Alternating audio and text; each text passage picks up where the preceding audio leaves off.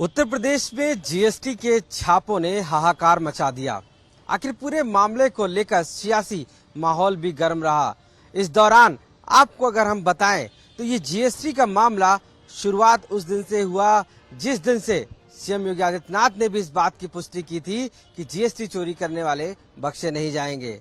और उसके बाद जीएसटी कमिश्नर ने तकरीबन 261 टीमें तैयार की और उत्तर प्रदेश के अलग अलग जिलों में इसकी छापेमारी शुरू की गई। हालांकि शुरुआत में लग रहा था कि ये छापेमारी जब की जाएगी तो उस दौरान कहीं ना कहीं लोग पकड़े जाएंगे, लेकिन जिस तरीके से छापेमारी की गई, लोगों में डर इतना आ गया कि वो अपनी दुकानें शटर बंद करने लगे, अपनी बाजारें बंद करने लगे। व्यापारियों में काफी इस बात को लेकर आक्रोश हो गया। आपको बताएं कि जिसके बाद लगातार व्यापारियों ने नेताओं से संपर्क किया कि जीएसटी की कार्रवाई की जा रही है, जबकि वो जीएसटी पे भी कर रहे हैं। हालांकि नियमानुसार अगर बात करें तो 40 लाख के नीचे टर्नओवर करने वालों को जीएसटी पे नहीं करना पड़ता है, लेकिन 40 लाख तक जो ऊपर करते हैं बिजनेस, उनको जीएसटी पे करना पड़ता है। और जीएसटी कमिश्नर लगातार इस इनपुट पे सैकड़ों कार्रवाइयां की गई और उसमें ये भी माना गया कि 200 करोड़ से ऊपर की जीएसटी पकड़ी भी गई, ये भी रिपोर्ट दी गई। लेकिन व्यापारियों की माने तो जो जीएसटी पे कर रहे थे उनके खिलाफ भी कार्रवाई की गई, जो जीएसटी नहीं पे कर रहे थे उनके खिलाफ भी कार्रवाई की गई। तो ये एक तरफा ऐसी कार्रवाई की गई जिसकी वजह से व्यापारियों में काफी रोष आ गया। इसको लेकर उन्होंने मुख्यमंत्री से मुलाकात की, कई मंत्रियों से मुलाकात की और इस बात को रखा कि जिस तरीके से ताबड़तोड़ कार्रवाई हो रही है, ऐसे में व्यापार संगठन पूरी तरीके से ध्वस्त हो जाएगा। यहाँ तक बीजेपी की संगठन बैठक में भी इस बात का मुद्दा उठा कि जीएसटी पे जो कार्रवाई की जा रही है वो कहीं ना कहीं व्यापारियों में आक्रोश की भावना पैदा कर रही है। और यही वो वजह रही थी कि इसके बाद इस पूरे मुद्दे को राजनीतिक पार्टियों ने कैश कर लिया और समाजवादी पार्टी के चीफ अखिलेश यादव ने भी इसको ट्वीट करते हुए कहीं ना कहीं जो विरोधी बताया है व्यापारियों के, उसके अनुसार है।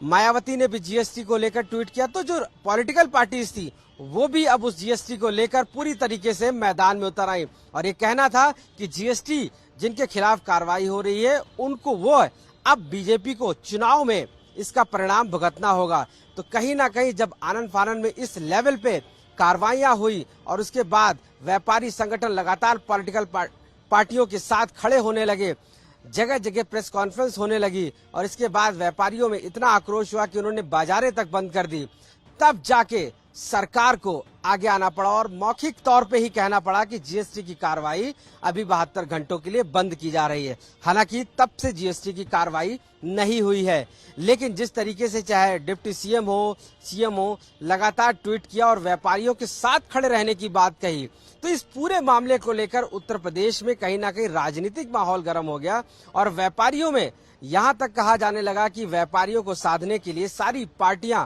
अब एकजुट भी होने लगी थी। तो ऐसे में बीजेपी ने लगातार इस डैमेज कंट्रोल करने के लिए सामने आई और इस जीएसटी की कार्रवाई को रोकना पड़ा।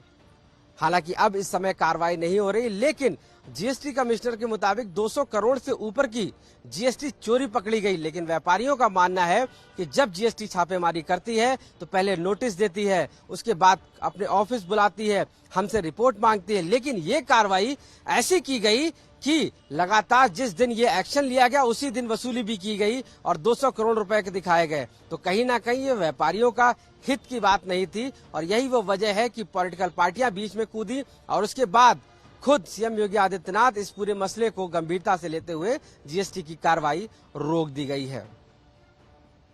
लखनऊ से कैमरा पर्सन गौरव गुप्ता के साथ आशीष श्रीवास्तव, यूपी तक।